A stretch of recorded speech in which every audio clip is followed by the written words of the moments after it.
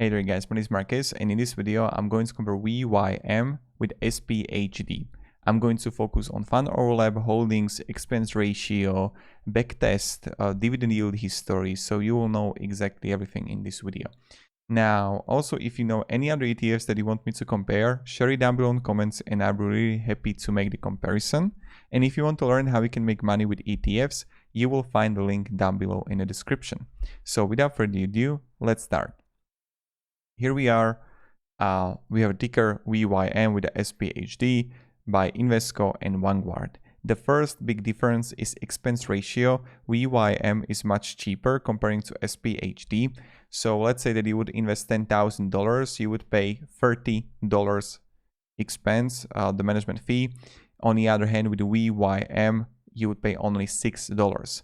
Assets under management, this is also another huge difference. 40 billion comparing to the nearly 3 billion of SPHD, and average daily volume is also higher with VYM. So that's like the beginning.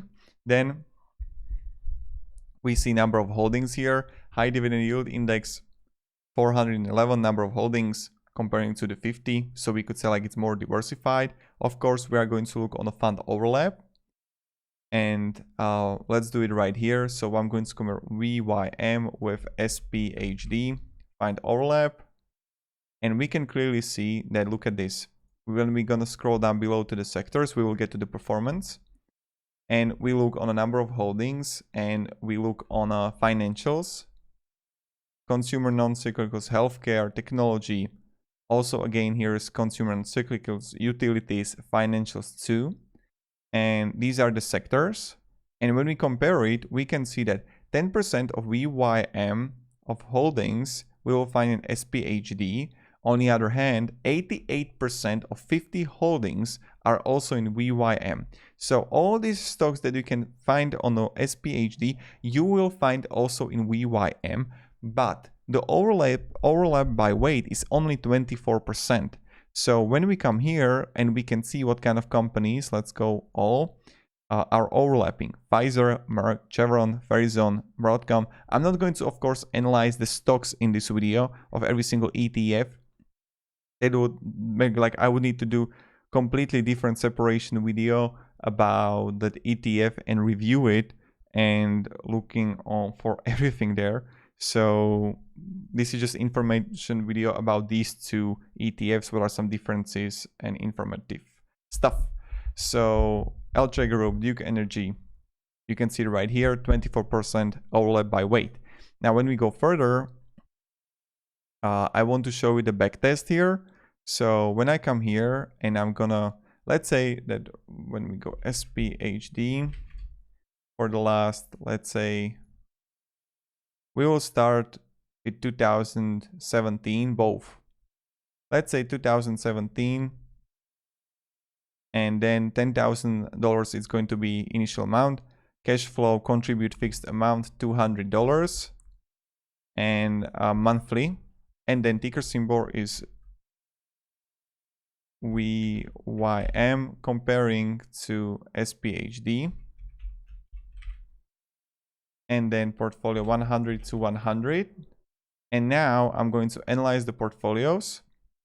We can clearly see that by nearly $5,000, the VYM was overperforming SPHD, and it's also taking to consideration dividends because it's like reinvesting it. And when we look on the dividends right here, we can clearly see that SPHD dividend 4.89, 4.07, 4.40 comparing to 3.18, 3.03, 3.40. So the performing was much better when we look on dividend yield history.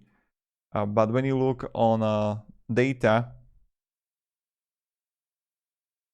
backtest portfolio of how well it was performing, you can see that VYM was overperforming, but we need to take into consideration the one thing is that's expense ratio, and that's pretty much it.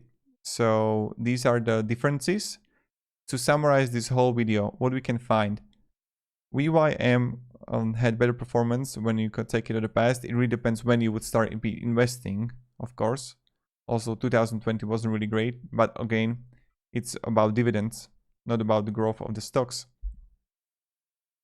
So yeah, the expense ratio is also higher in SPHD.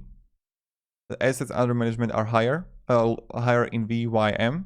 Also, average daily volume is higher. So that's another thing. And then you see the stocks here.